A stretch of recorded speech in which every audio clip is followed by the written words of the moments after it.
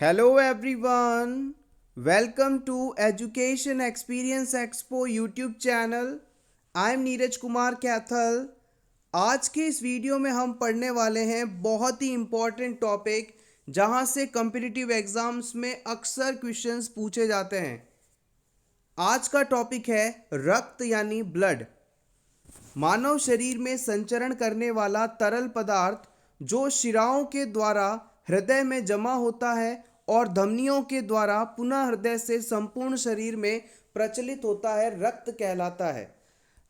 अगर आपसे पूछ लिया जाए कि एग्जैक्टली ब्लड क्या है, ब्लड की डेफिनेशन क्या है, तो आप बताएंगे कि हमारी बॉडी में पाया जाना वाला वह लिक्विड कंटेंट, वह तरल पदार्थ जो कि हार्ट के द्वारा हमारे शरीर के विभिन्न अंगों तक पहुंचाया जाता है और फिर अंगों द्वारा वापस उसे हृदय तक पहुंचाया जाता है। याद रखिएगा, हमारे रक्त को शिराओं द्वारा हृदय तक लेकर आया जाता है। इन शिराओं को आप वेन्स के नाम से भी जानते हैं और हमारे हृदय के द्वारा ब्लड को अंगों तक पहुंचाने के लिए जो ब्लड वेसल्स काम करती हैं उन्हें आप आर्टरी के नाम से जानते हैं। हमेशा याद रखिएगा, हृदय के द्वारा जो अंगों तक खून भेजा जाता है उसमें ऑक्सीजन की मात्रा बहुत ज़्यादा होती है, जबकि वेन्स के द्वारा जो शरीर के अंगों से वापस खून हृदय तक लेकर आया जाता है उसमें ऑक्सीजन की मात्रा काफ़ी कम होती है। अगर खून में, ब्लड में ऑक्सीजन की मात्रा ज़्यादा है तो इसे आप ऑक्सीजनेटेड ब्लड कहेंगे, और अगर ऑक्सीजन की मात्रा ब्लड में कम है तो इसे आप डीऑक्सीजनेटेड ब्लड कहेंगे। नेक्स्ट, रक्त की उत्पत्ति भ्रूण के मीजोडर्म से हुई है जो एक प्रकार का संयोजी ऊतक है।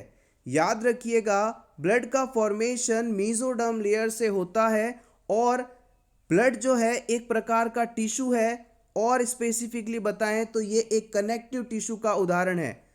रक्त एक संयोजी ऊतक का उदाहरण है।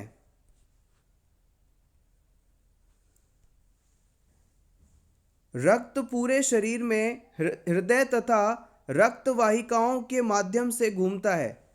इस बात को हम डिस्कस कर चुके हैं कि ब्लड पाइप्स के द्वारा, आर्टरी और वेन के द्वारा हमारी हृदय से विभिन्न अंगों तक रक्त का संचरण होता है।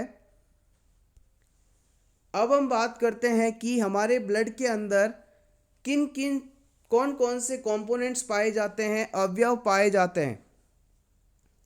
सबसे पहले है प्लाज्मा, फिर है लाल रक्त कण, फिर आता है श्वेत रक्त कण और फिर है प्लेटलेट्स।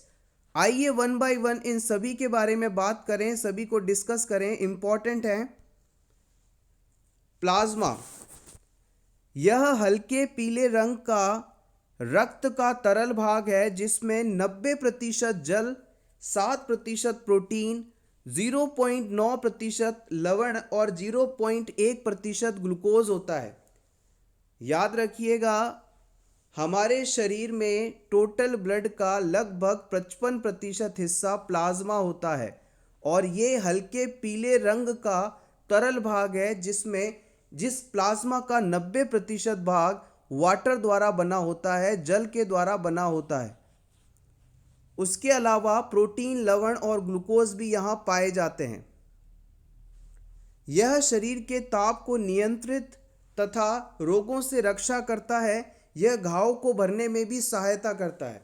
प्लाज्मा की अगर बात की जाए कि इसके फंक्शंस क्या हैं, इनके कार्य का क्या हैं, तो आप बता सकते हैं कि ये बॉडी टेम्परेचर को नियंत्रित करता है, रेगुलेट करता है, साथ ही साथ हमें विभिन्न प्रकार के रोगों से भी बचाता है। हमें चोट लग जाए तो इसको भरने में भी यह हमारी सहायता करता है। नेक्स्ट आता है आरबीसी। आरबीसी यानी लाल रक्त कण या लाल रक्त कणिका। इंग्लिश में इसे आप रेड ब्लड कार्पसल्स या रेड ब्लड सेल्स के नाम से जानते हैं। यह एक प्रकार की रक्त कोशिका है जो संपूर्ण उपापचय में अपनी महत्वपूर्ण योगदान देती है। याद रखिएगा, हमारे ब्लड का 55% जो पार्ट था वो तो प्लाज्मा से बना हुआ था और बचा हुआ जो 45% हिस्सा है वो आपकी आरबीसी, डब्ल्यूबीसी और प्लेटलेट से मिलकर बना होता है। इन 45% कोशिकाओं में सबसे पहली कोशिका है आरबीसी। यह गोलाकार, केंद्रक रहित और हीमोग्लोबिन से युक्त होती है। याद रखिएगा, आरबीसी जो होती है राउंडेड होती है और इसमें केंद्रक नहीं पाया जाता। आरबीसी के अंदर केंद्रक नहीं पाया जाता, न्यूक्लियस नहीं पाया जाता और इनके अंदर एक विशेष पिगमेंट बोलते हैं हीमोग्लोबिन, वो पाया जाता है। इनका मुख्य कार्य ऑक्सीजन एवं कार्बन डाइऑक्साइड का संवहन करना है। याद रखिएगा, आरबीसी के ऊपर जैसे मान लीजिए ये आरबीसी है, दिस इज आरबीसी सेल। इसे आप साइड से देखेंगे तो इस प्रकार से गोल दिखाई देगी, ये इसका हॉरिजेंटल व्यू है। इस आरबीसी के ऊपर हीमोग्लोबिन के खूब सारे मॉलिक्यूल्स पाए जाते हैं। ये हीमोग्लोबिन क्या करते हैं कि ऑक्सीजन को बाइंड करके अपने साथ रखते हैं और इन्हीं की वजह से ब्लड के द्वारा ऑक्सीजन का एक जगह से दूसरी जगह पर ट्रांसपोर्टेशन होता है। जब भी हम सांस लेते हैं तो हमारे फेफड़े एयर को भरते हैं अपने अंदर और यहाँ से ब्लड के द्वारा ऑक्सीजन को लेकर ऑर्गन्स तक पहुँचाया जाता है और ऑर्गन्स के द्वारा बनाई गई कार्बन डाइऑक्साइड और दूसरी गैसेस को वापस लंग्स तक लाया जाता है और इन लंग्स के द्वारा, फेफड़ों के द्वारा इसे एनवायरनमेंट में एक्सेल कर दिया जाता है, निकाल दिया जाता है। तो हम कह सकते हैं कि हमारी बॉडी में जो आरबीसी हैं, इनका मुख्य कारण है कि ऑक्सीजन गैस और कार्बन डाइऑक्साइड को एक जगह से दूसरी जगह पर लेकर जाना। इसके अलावा इनका जो जीवन काल है, लाइफ स्पैन है, वो करीब 120 दिनों का होता है। इनमें हीमोग्लोबिन नामक प्रोटीन पाया जाता है जिसके कारण रक्त का कलर लाल होता है। याद रखिएगा, आरबीसी में हीमोग्लोबिन पाया जाता है और इसी के कारण हमारा ब्लड जो है वो लाल दिखाई देता है। इंपॉर्टेंट है, प्रीवियस एग्जाम में पूछा गया है। 1 घन मिलीमीटर में 50 लाख रक्त कण पुरुषों में और 45 लाख रक्त कण महिलाओं में पाए जाते हैं। याद रखिएगा, अगर आपसे पूछ लिया जाए कि किसी भी पर्सन के अंदर सामान्यतः कितनी आरबीसी पाई जाती हैं तो आप बताएंगे 4 से 6 मिलियन सेल्स पर mm³। इतनी सेल्स हर पर्सन में नॉर्मली पाई जाती हैं। इनका निर्माण अस्थि मज्जा यानी बोन मैरो तथा मृत्यु प्लीहा में होती है, इसलिए इसे लाल रक्त कणिकाओं का कब्रगाह भी कहा जाता है। हमारी जो हड्डियां होती हैं, इन हड्डियों के बीच में जो पदार्थ पाया जाता है उसे हम बोन मैरो के नाम से या अस्थि मज्जा के नाम से जानते हैं। यहीं से हमारी डब्ल्यूबीसी, आरबीसी और प्लेटलेट्स तीनों ही प्रकार की ब्लड कोशिकाओं का निर्माण होता है। और आरबीसी की बात की जाए तो यहाँ से बनने के बाद आरबीसी 120 दिनों तक हमारे ब्लड में मौजूद रहती है और इसके बाद हमारा जो स्प्लीन है, जिसे आप प्लीहा बोलते हैं, वहाँ पर ये डिस्ट्रॉय कर दी जाती हैं। इसी वजह से आरबीसी का कब्रिस्तान या आरबीसी का कब्रगाह या आरबीसी का ग्रेव यार्ड जो होता है वो स्प्लीन को या प्लीहा को कहा जाता है।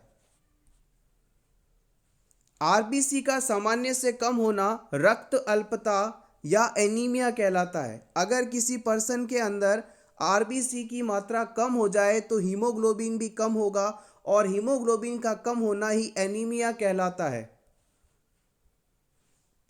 लाल रुधिर कणिकाओं को इरिथ्रोसाइट्स के नाम से भी जाना जाता है, जो केवल कशेरुकियों जंतुओं में पाई जाती है। याद रखिएगा, जितने भी वर्टिब्रल एनिमल्स हैं उन सभी में ही सिर्फ लाल रक्त कणिकाएं पाई जाती हैं और इन लाल रक्त कणिकाओं या आरबीसी को आप इरिथ्रोसाइट्स के नाम से भी जानते हैं। इरिथ्रोसाइट्स।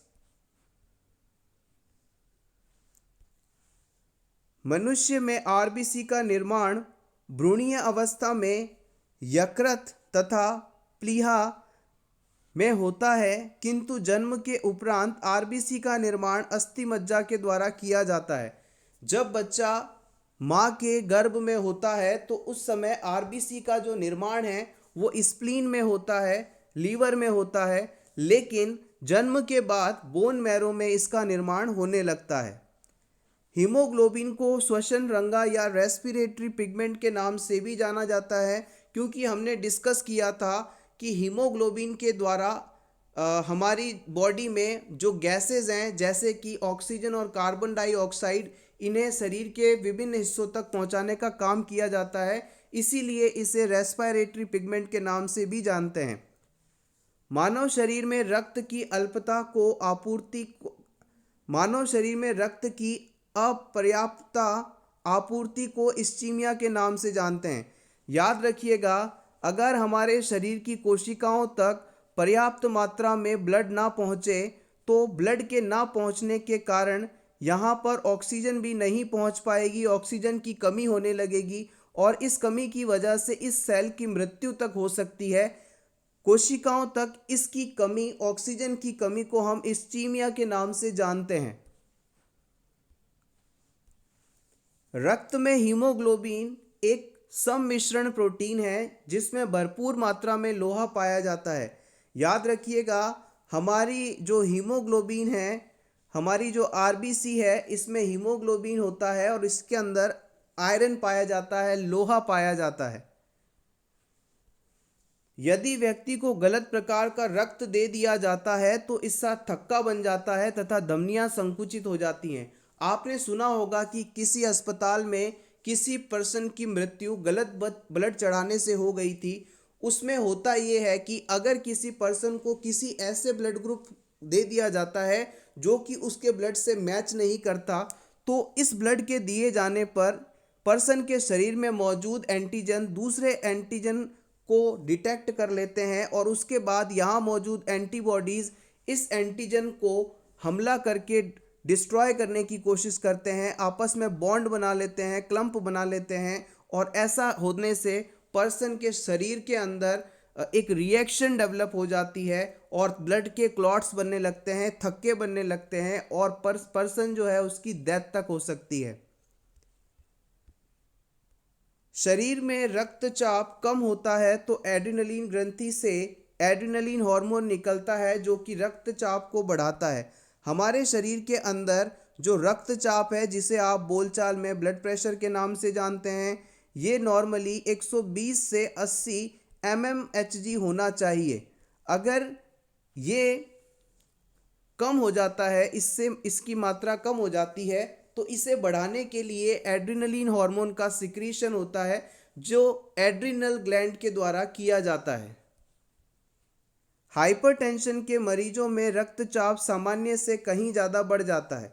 याद रखिएगा, हाइपरटेंशन का मतलब है कि ब्लड प्रेशर का नॉर्मल से ज़्यादा होना और हाइपोटेंशन का मतलब है ब्लड प्रेशर का नॉर्मल से कम होना। इस चीज़ को याद रखें।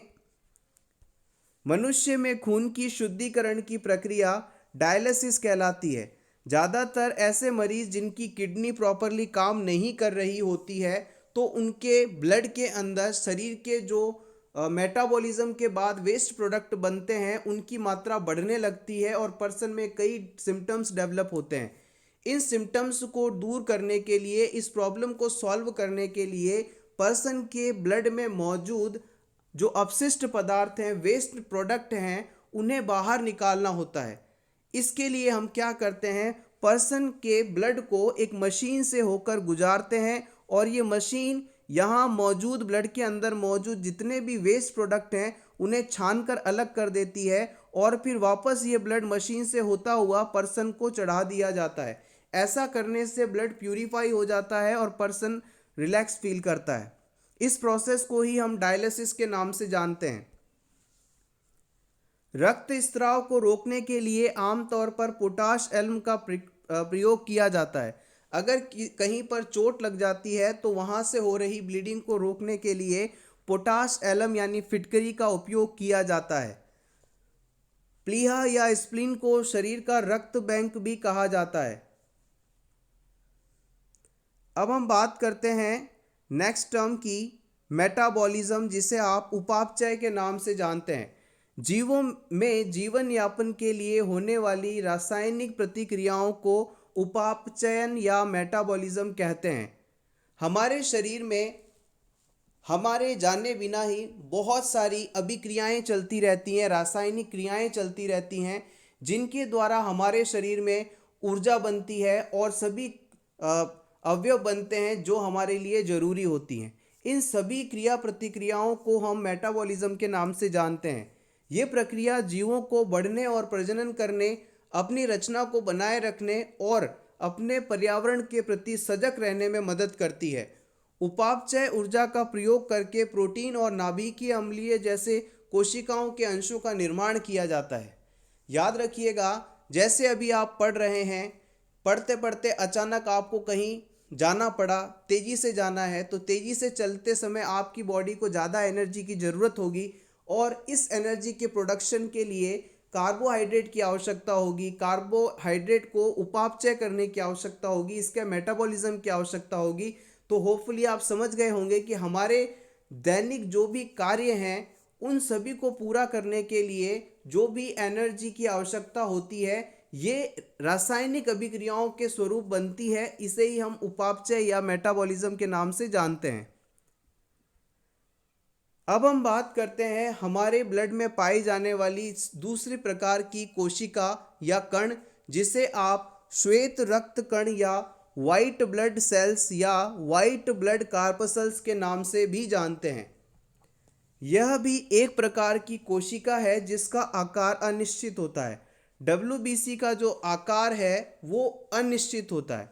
आरबीसी के बारे में हमने पढ़ा था, ये गोलाकार होती है। डब्ल्यूबीसी के अंदर केंद्रक पाया जाता है। आरबीसी के अंदर केंद्रक नहीं था, लेकिन डब्ल्यूबीसी में केंद्रक पाया जाता है। इसमें हीमोग्लोबिन का अभाव होता है।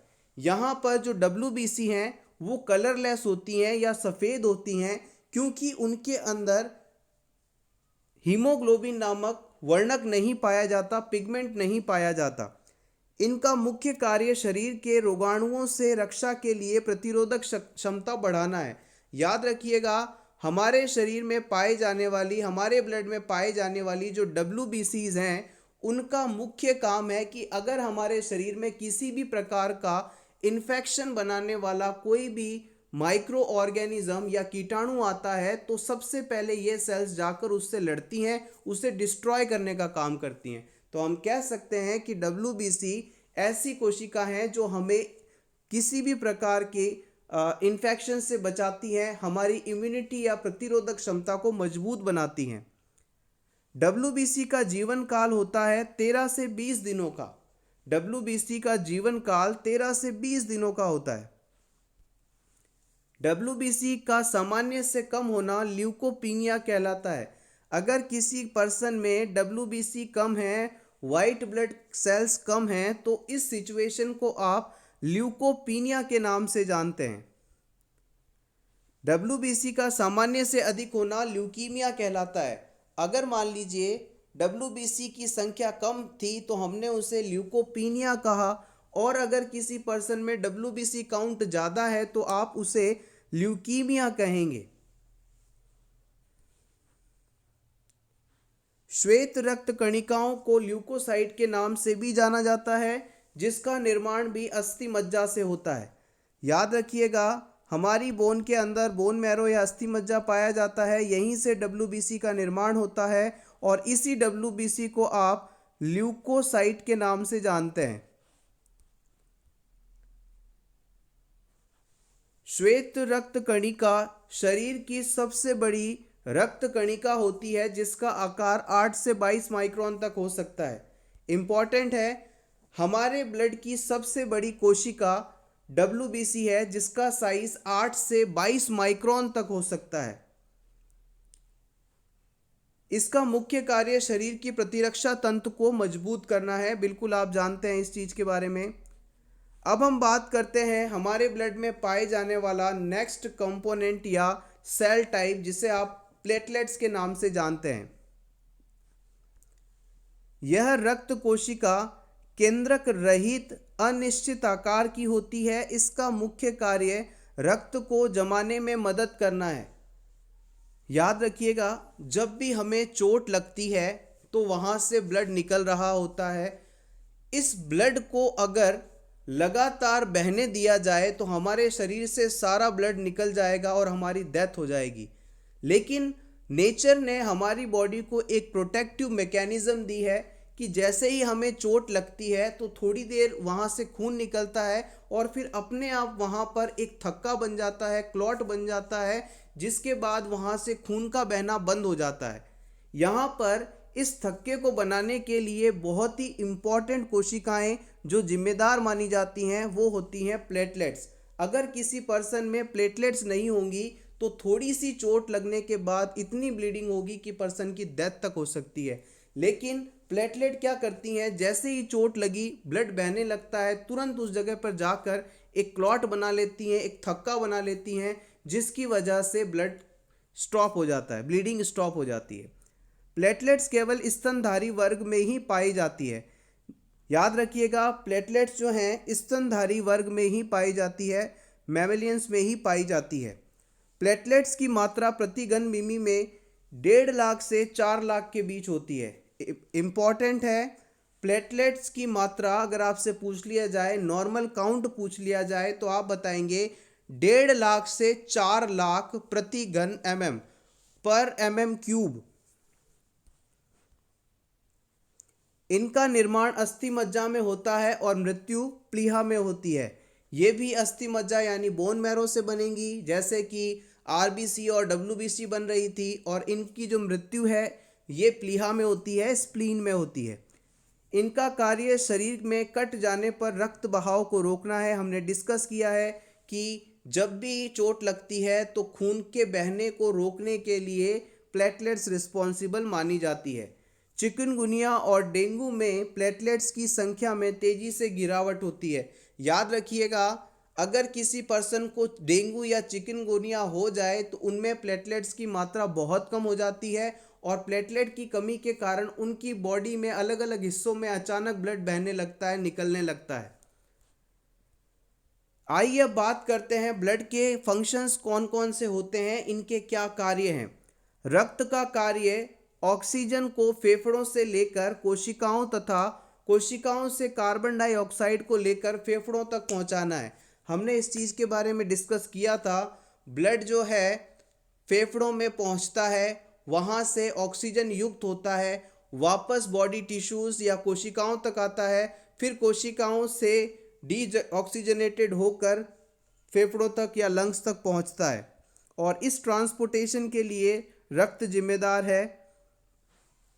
भोजन से प्राप्त आवश्यक तत्वों जैसे ग्लूकोज को यह निश्चित कोशिकाओं तक पहुंचाता है। हमने खाना खाया, खाना हमारे पेट में गया, वहाँ इसका डाइजेशन हुआ और इंटेस्टाइन में इसका एब्जॉर्प्शन हुआ। अब इंटेस्टाइन ने जैसे ही आवश्यक तत्वों को ले लिया तो फिर ब्लड के द्वारा इन आवश्यक तत्वों को वहाँ से लेकर शरीर की जिन जगहों पर इनकी आवश्यकता है वहाँ तक पहुँचाने का काम किया जाता है। अगर हमारे बॉडी में ब्लड नहीं होगा तो किसी भी चीज़ का ट्रांसपोर्टेशन एक जगह से दूसरी जगह तक नहीं हो पाएगा। रक्त हॉर्मोन्स को शरीर के उपयुक्त स्थानों तक पहुंचाता है।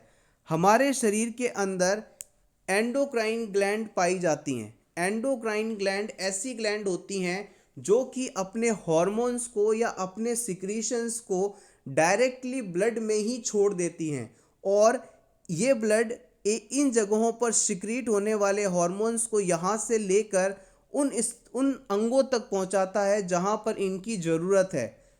तो अगर ब्लड नहीं होगा तो हॉर्मोन्स एक जगह से दूसरी जगह ट्रैवल नहीं कर पाएंगे। तो हम कह सकते हैं हॉर्मोन्स का ट्रांसपोर्टेशन भी ब्लड के द्वारा किया जाता है। रक्त शरीर के तापमान को संतुलित बनाए रखता है। हमारा जो ब्लड है वो हमारे बॉडी टेम्परेचर को भी रेगुलेट करने का काम करता है। रक्त शरीर में उत्पन्न अपशिष्ट एवं हानिकारक पदार्थों को एकत्रित करके मूत्र तथा पसीने के रूप में शरीर से बाहर पहुंचाने में भी मदद करता है। याद रखिएगा, हमारे पूरे शरीर में ब्लड लगातार बहता रहता है और यही ब्लड हमारी किडनी में भी पहुंचकर यहाँ से निकलता है। जब ब्लड किडनी से होकर गुजरता है तो इस ब्लड में मौजूद जितने भी हानिकारक पदार्थ हैं, अपशिष्ट पदार्थ हैं, वो किडनी द्वारा सोख लिए जाते हैं और इन्हें सोख कर बॉडी से बाहर निकाल दिया जाता है। अगर ब्लड नहीं होगा तो ये फिल्ट्रेशन नहीं होगा, हमारा यूरिन फॉर्मेशन नहीं हो पाएगा। तो यहाँ भी हम कह सकते हैं कि फिल्ट्रेशन प्रोसेस के लिए भी ब्लड रिस्पॉन्सिबल है। नेक्स्ट हम बात करते हैं ब्लड क्लॉटिंग, ब्लड का थक्का बनना। रक्त में स्थित प्लेटलेट्स में फाइब्रिनोजन एवं थ्रोम्बोप्लास्टिन नामक प्रोटीन पाया जाता है। जब कटे हुए स्थान से रक्त बाहर आता है तो फिब्रिनोजन हवा एवं थ्रोम्बोप्लास्टिन की उपस्थिति में फाइब्रिन में परिवर्तित होकर तारनुमा जाली बना लेता है, जिसमें रक्त कण फंस जाते हैं और रक्त जम जाता है। देखिए, सिंपल करते हैं इस चीज को। हमारे ब्लड में 13 तरह के क्लॉटिंग फैक्टर्स पाए जाते हैं और प्लेटलेट्स पाई जाती हैं। जब भी हमारे शरीर में किसी जगह पर चोट लग जाती है या कट लग जाता है तो लगातार यहाँ से ब्लीडिंग होने लगती है। अब जैसे ही हमारी बॉडी को पता चलता है कि शरीर के किसी हिस्से पर चोट लगी है, तुरंत प्लेटलेट्स के पास मैसेज आता है कि ब्लीडिंग को रोकने के लिए आप ब्लीडिंग साइट पर पहुंचे। ये प्लेटलेट्स क्या करती हैं, उस जगह पर आकर एक जाल बनाने लगती हैं, तारनुमा स्ट्रक्चर्स बनाने लगती हैं और तभी पीछे से ये 13 क्लॉटिंग फैक्टर्स आकर फिब्रिनोजन का निर्माण कर लेते हैं और इस प्रकार से एक गहन जालीनुमा स्ट्रक्चर बन जाती है। अब जो ब्लड है उसमें मौजूद आरबीसी, डब्ल्यूबीसी आदि इस जगह पर जाकर अटकने लगते हैं, फंसने लगते हैं। अगर ये जाली इतनी मजबूत होती है कि ब्लड इन्हें तोड़कर बाहर नहीं निकल पाता और इस जाली के कारण ही यहाँ पर एक प्रोटेक्टिव शीट बन जाती है जिसे आप क्लॉट कहते हैं और फिर पर्सन में ब्लड लॉस नहीं हो पाता। यही क्लॉटिंग मैकेनिज्म है, इसे ही आप रक्त का जमना कहते हैं। विटामिन, अगर किसी क्लाइंट में, किसी पर्सन के अंदर विटामिन के की कमी हो जाएगी तो ये मान के चलिए हमारे जो क्लॉटिंग फैक्टर्स हैं वो बन नहीं पाएंगे और पर्सन में ब्लीडिंग होने की चांसेस बढ़ जाएंगे। अब हम बात करते हैं कि जो हमारे बॉडी के अंदर ब्लड होता है वो कितने प्रकार का होता है। हमने सुना होगा कि हमारा ये ब्लड ग्रुप है, आपका ये ब्लड ग्रुप है। एग्जैक्टली ब्लड ग्रुप कितने प्रकार के होते हैं, आइए जानते हैं। रक्त समूह की खोज कार्ल लैंडस्टीनर ने 1900 में की थी। याद रखिएगा, वर्ष 1900 के करीब कार्ल लैंडस्टीनर ने ब्लड ग्रुप्स को आइडेंटिफाई किया था, क्लासिफाई किया था, इनके बारे में बताया था। मनुष्य के रक्त में पाए जाने वाले एंटीजन के आधार पर उन्हें 4 प्रकार के रक्त समूहों में बांटा जा सकता है।